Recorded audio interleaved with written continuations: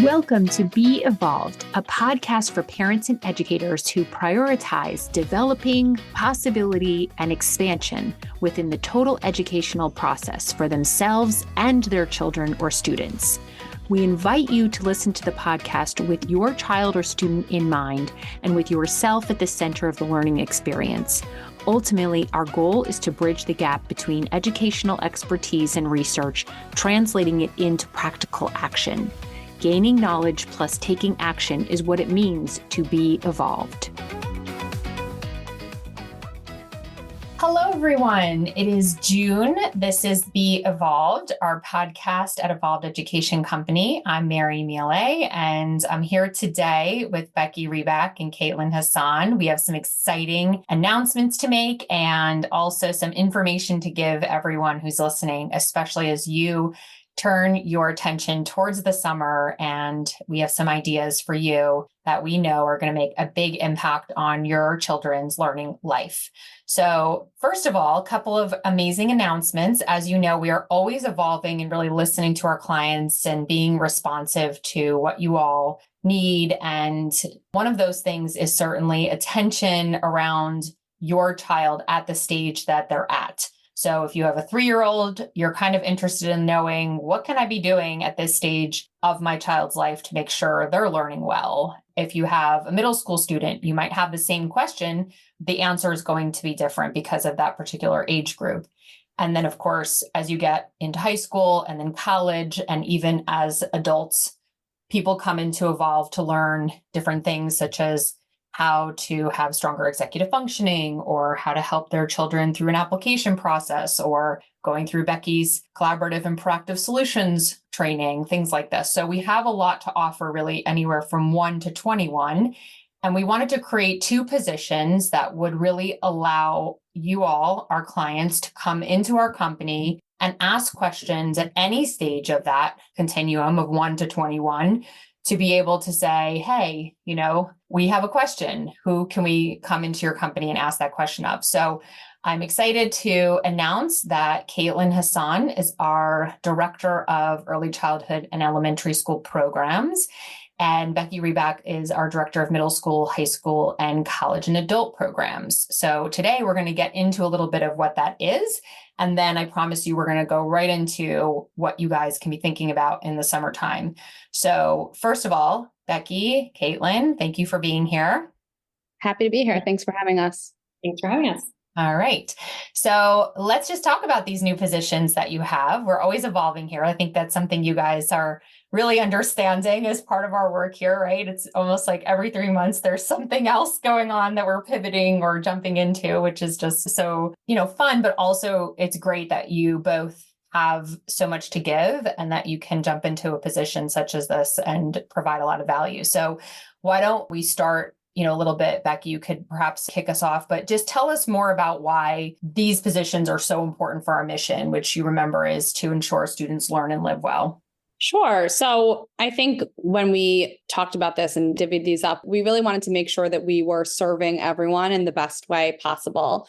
And we've always been able to reach families and support families. We have assessments, we have tutoring, we have consulting, we have so many different ways that we can connect with families, but we wanted to be able to kind of make sure that we were supporting them in the best way possible and overseeing their whole entire learning process. So having us in these positions really allows us to connect with families that have children in every single age group and provide services and a space for families to feel safe and like they're taken care of, and resources that really support our mission in ensuring that the whole child learns well. We're very holistic. We're really 360 here. And so even if your child comes in for tutoring, we're really looking at the entire piece of the puzzle. Do they need an assessment? Is the school the best fit for them? There's so many different pieces to this. So by focusing on the age groups, we can really tailor our support and make sure that we're meeting the developmental and academic needs of all the students more effectively, and making sure that everyone's just really well taken care of. Absolutely. And Caitlin, why don't you talk a little bit about what this position allows you to do for early childhood and elementary school families?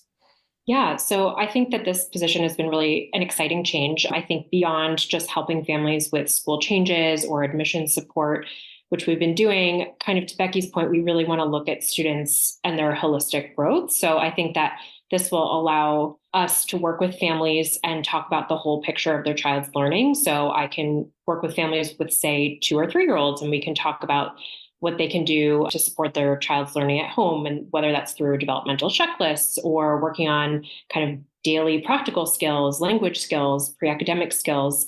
So we can provide resources across the board, not only in terms of school admissions, but just in every aspect of a child's learning. Absolutely. I mean, it's super exciting for me to be a part of this too, because I am so passionate about that learning process and how well it can go. And I do think that our company has such a deep bench of knowledge and experience and resources. I know as a parent myself, this year in particular, I had an elementary school student, I had a middle school student, I had a high school student, and I couldn't help but connect with each of you around different areas of my kids' own learning. When I had a question that came up or I wasn't sure, I just wanted to cross-check something. I just think it's really important because, and I speak about this all the time, but I say to parents, you're the leaders of your child's learning life. No one knows them like you do, and no one is going to carry the information of them from year to year to year like you do. So in any role that's so big like that, right? You need support. You're not going to, for example, lead a company without having some supports in your development of doing that. You're not going to lead a school without supports. You're not going to really do anything that remarkable without some kind of resource or support. So we really want to be that for families. And, we are really excited about offering these new positions to, like Becky said, take excellent care of people. So I'm excited too. So with that, summer is coming up faster than we can even imagine. I know this past weekend was Memorial Weekend. Here in New York, it was sunny and very summer-like. So I was definitely reminded that it is here. And it always sort of dawns on me that it is so important to take a minute and figure out ways that your student needs to be supported in the summer. So there are some general things that are true for any age group. And then, of course, there's your child, and what's best for your child is going to be actually pretty unique and pretty individualized and tailored, because there's no one like your child. They have a unique brain. So I think that's what's fun about this, is that we'll tell you a little bit about what each age group can be doing, and then you have permission to look at your child and take those ideas and apply them in the best way for them. So Caitlin, let's talk a little bit about our youngest age group. So anywhere from 1 to 4 years old or so is in the early childhood range. So what are some things that families can be thinking about in the summer for the early childhood age group? Sure. So I think first and foremost, summer is definitely about having fun and incorporating play into everything you do. But I think also, coming from the perspective of both a early childhood educator and a parent of 2 little ones, I also know that there's a really important need for both structure and unstructured time in a little one's life. So some things you can be doing to help your little one grow might include play dates, so they have plenty of socialization, signing up for age-appropriate camps or classes, and even incorporating some learning activities into your daily routines to help bolster independence, whether that's, getting dressed in the morning or getting ready for meals or getting yourself out the door. There's lots of opportunities for learning there. If you're looking for a little bit more structure, you can always include a tutor in your summer routine just to keep up any skills that your child may be learning in preschool. And we can certainly provide that for you if you're busy, want that level of expertise. And we just want to ensure that we're just continuing to bolster your child's foundational skills along the way. Yeah, absolutely. And it's really important that everything that we do is really rooted in developmentally appropriate activities, and also providing that individualization that is so important, because not every child is going to be developing in the exact same way. So we want to really look at everything on a continuum. So what about our elementary school age group families? What can they be thinking about? So in elementary school, we definitely need to keep up the skills that they've worked so hard on throughout the entire school year. So I know as a former elementary school teacher, the summer slide is definitely real. So we want to make sure that we're keeping up their skills across literacy, math, writing, especially when kids aren't being exposed to daily writing, math, reading, all day in school. So we want to make sure that we're keeping up on those skills. And Becky's assessments can be a great way to help us know any areas of strength as well as areas of development so we can focus our time and energy to support these skills throughout the summer effectively.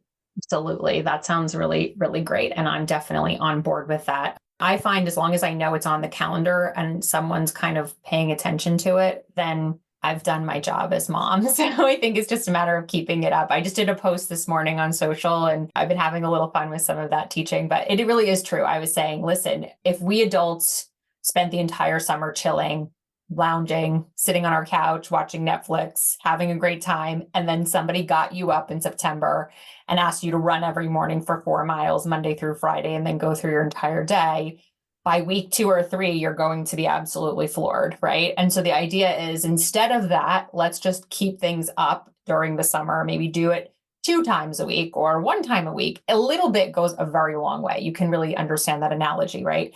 So the kids just start to feel better when they enter school. They're more successful and they can really build on that confidence because it's rooted in skill. When kids don't have the skills, they tend to have an experience that they don't prefer, and that can sometimes lead into overwhelm or anxiety or just not really wanting to be there. And we don't really want them to have to overcome those things. Can they? Yes. But ideally, if you're looking ahead and planning ahead, you can just keep things going as much as possible. So Becky, let's go up to our older kids. You can just kind of go through it. So middle school, high school, and then our college kids. What are some things that we can be thinking about in the summer? Sure. So honestly, for all ages, preschool, elementary, middle, high school, less so college, just because they're a little bit more independent. But I always recommend setting up a 15-minute phone call at the end, the last couple of weeks of school with your child's teacher and just asking them, what are you seeing? What should I be working on? Can you send a copy of that home with them so I can do that over the summer? I just did this with my daughter's teacher, and I got 4 things that we really need to practice over the summer, not only to maintain her skills, but also to bolster skills in some areas that she needs bolstering. So I think that's always a really good recommendation, is just reach out to your teacher. They're happy to talk about your kid. It doesn't need to be a long thing, 10, 15 minutes on the phone with them. You're really going to get a lot of information. For older students, the name of the game here is keeping up your skills, making sure that they're ready for the next grade level. So we can do that in a couple of different ways. Of course, you can have someone that is professional that comes in and sits with them at this age, middle school, high school. They really don't want to work with mom and dad. They have no interest in hanging out with you, or maybe they go away to camp or multiple camps over the summer, and you're not expecting them to read and practice their math times tables and all that while they're away. So when they get home or before camp or after, it's really good to have someone that's kind of their designated person. Take a look at the curriculum that they're going to the next year and see areas they need to bolster and where they're solid in, and how they could preview any potential skills so they walk into school in September feeling really good about what they're doing and being able to meet the expectations of the next grade rather easily. We know as the kids get older, the grades really ramp up quickly as the grades go on, especially that 6th to 7th grade transition, I think is a really, really big one. The 8th to 9th grade transitions are really, really big one. I would say like sophomore to junior year is a really, really big one. So making sure that kids are really ready on all accounts, not only to handle the academic demands, but also the social emotional demands of having all the academics and all the extras that they do outside of school. We always want to be thinking about the college preparation. We have assessments that, we do with kids as young as in 7th and 8th grade that help us prepare to make sure that over the summer they're doing work that might get them ready for a college application. Rising seniors can definitely work with Mary or Avram on their college applications. You can get started on your personal statement then. Juniors, like I said, we have the college starter series and the application assessments. And so we really get to know the kids and making sure that we are getting them on the right track. And kind of the earlier you start that, the better. You definitely want to be thinking about that probably even before junior year, but definitely by the time junior year rolls around. So that would be what I would say for the older kids, making sure you're ready for that next step in what you're doing. Those are all really great pieces of advice. And I also like to sort of use some of the things I learned in your collaborative and proactive solutions course, Becky, that Dr. Ross Green developed, is that when you can involve your child also in the way, it's always a good idea. So I like using things like non-negotiable, negotiable. Like it's non-negotiable that we read 3 books this summer, but it's negotiable which books, or it's negotiable when you read the books. Just you let me know when that's happening so I can hold you accountable, right? Or we have to preview this subject because it's really going to be a big ramp up. How you do it is really up to you. I'll hold you accountable, right? So it's really about you holding students accountable for what they're saying they're going to do, but then also using some of that collaboration with them. I know that's not exactly using the model to its exact form, but I find when I learned about the model that I tend to involve my kids in a lot more discussion around their planning. Becky, you want to piggyback on what I just said and give it a little bit more integrity? Yeah, the model is specific, but I think that the general theme is just making sure that your kids have a say in their own lives, right? And especially as you get into the high school level, you want to teach them those independent skills. So that way, when they get to college, they have the independent skills because you're not going to call their professors when they're in college. And, I will amend a little bit about what I said of like reaching out to your child's teacher. In the high school level, you can really have your child do that. Have them send an email, set up a meeting with their teachers at the end of school and ask them what they can do to get ready for the next grade or what skills they should be focusing on, maintaining over the summer. You can be there, you can not be there. That's definitely a conversation to have with your child, but everything from the youngest to the oldest, the more collaborative you are, the better. Always helpful. And if you need more skills, because I certainly did, and so did my husband, you can be with Becky and get trained up because it will last you the rest of your parenting lifetime. Trust me. Okay. So just let's summarize. Let's give kind of a one concept anchor here for parents. So Caitlin, I'll start with you and then Becky, I'll go to you. So if you have to advise parents on just one thing to focus on this summer when it comes to supporting their students to learn well, what would you advise? So you can always call us and we'll help you figure this out. But I think you should definitely be intentional, as we've been saying throughout this talk, just set some goals at the beginning of the summer and make plans for how you're going to accomplish that, whether it's putting in your calendar, whether it's putting up a visual calendar for your child and saying, okay, on Monday and Thursday, we're going to work on X, Y, and Z. It might help them. And, that's going to depend on the age of your child, how much you want to engage them in that. The summer can go by so fast. It's full of a lot of fun things, but just you want to make sure that you're working intentionally on your goals. And I think for the younger ones, you can definitely do it in a really fun and engaging way so that it doesn't feel like hard work for them. There's so many fun ways that you can incorporate games and hands-on activities to engage them and help bolster their learning. So we are here to help with any of the above. So please feel free to reach out. Becky, what would you say? I would say that my biggest thing is a little bit goes a really long way. So 10 minutes a day, 5 minutes a day, it does make a difference. And the more in a routine you are, the more it's actually going to happen. Be sure to have your child partner with somebody, a trusted adult. Like I said, this age, middle school, high school, usually does not want mom or dad to be the trusted adult. So you can always reach out to a professional that can come in and really support them and make sure that their learning is continuing to move forward. Usually they are assigned summer work. So sit down at the beginning of the summer, look with them at what work they're going to have. And like Caitlin said, make a calendar and hold them accountable to that calendar. So that way they actually got the work done prior to 2 days before school starting back in September. Like I said, 10 minutes a day goes a really long way. Keep learning structured, keep it effective over your summer break. I love that piece of advice. And I would just say too, that, we teach this a lot in the integrated executive function coaching model, which is that body doubling or paired work is a very effective way for everyone to be focused when doing work. So if your child has summer work, something you could do or could offer is, hey, I'll do my work while you're doing your work. So we're all working an hour every week.